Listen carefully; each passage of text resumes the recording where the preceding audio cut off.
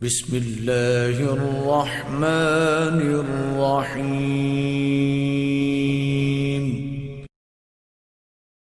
زکوٰۃ اسلام کا جو معاشی سسٹم ہے اس کی بہتری کی ضمانت ہے۔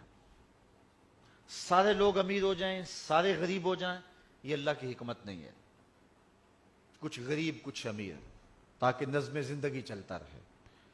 لیکن نظام زکوٰۃ اگر اچھی طرح سے قائم ہو جائے تو پھر غربت امارت تو اپنی جگہ پہ موجود رہیں گی، لیکن یہ نہیں ہوگا کہ ایک طرف امیر کا بگڑا ہوا بچہ گولڈن سیب کا ایک کونا کاٹ کے دوسرا حصہ کتے کے آگے پھینک رہا ہوگا، اور دوسری جانب بیوہ کا یتیم بچہ ہسپتال میں آخری سسکیاں لیتے ہوئے یہ کہہ رہا ہوگا، امی میرا جوس پینتے بڑا دل کرتا ہے، لیکن ماں اس کو کہہ رہی ہوگی نہیں بیٹا تمہارے لیے مناسب نہیں ہے، اور وہ آخری خواہش پوری کیے بغیر دم توڑ دے گا۔ اگر نظام زکوٰۃ ہم قائم کر دیتے ہیں تو پھر معاشرے کے اندر محرومیاں ختم ہو جائیں گی، اور یہ اسلام کا دیا ہوا نظام ہے۔ میں آپ کو یہ بات بتاؤں کہ اسلام میں دولت مندی کی نفی نہیں ہے، لیکن دولت قارون سے روکا گیا ہے، دولت عثمان کی ترغیب دی گئی ہے۔ 3 نیتوں کے ساتھ رزق کمانا اور رزق بھی حلال ہو مشروع ہے۔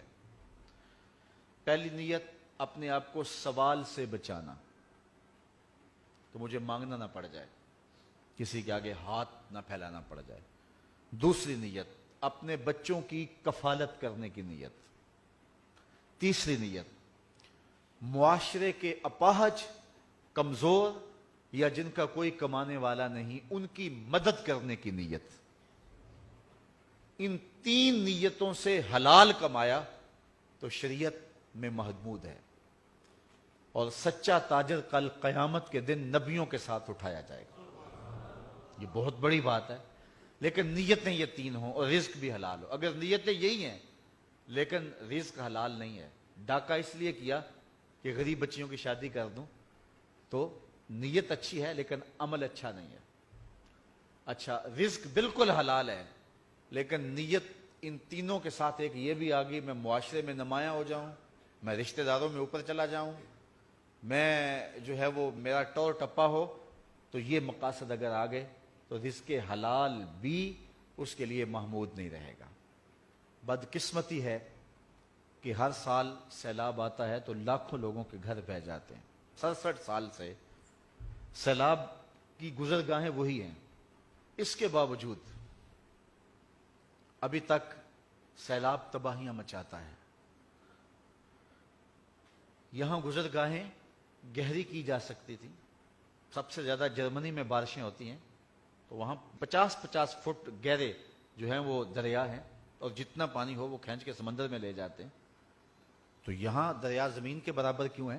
ان کو بھی گہرا ہونا چاہیے تھا، اور کروڑوں روپے کے فنڈز موجود ہیں، لیکن اسمبلیوں میں بیٹھے ہوئے منہ کے اندر سونے کا چمچ لے کے پیدا ہونے والوں کو کیا پتا کہ غریب کا جب گھروندہ گرتا ہے تو اس پہ کیا بیتتی ہے۔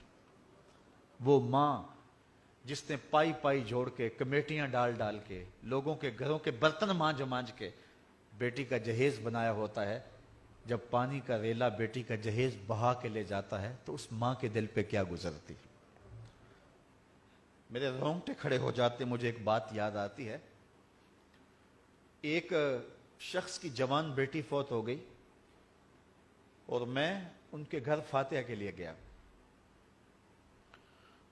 تو وہ خاتون بھی کہہ رہی تھی اور اس کا شوہر بھی کہہ رہا تھا،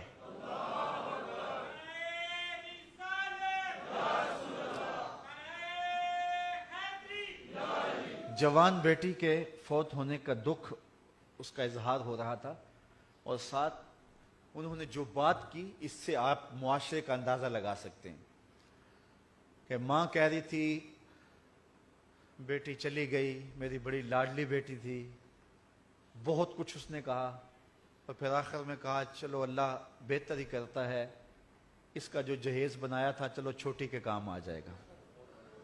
تو مجھے بتائیں کہ یہ ہے معاشرے کی محرومیاں.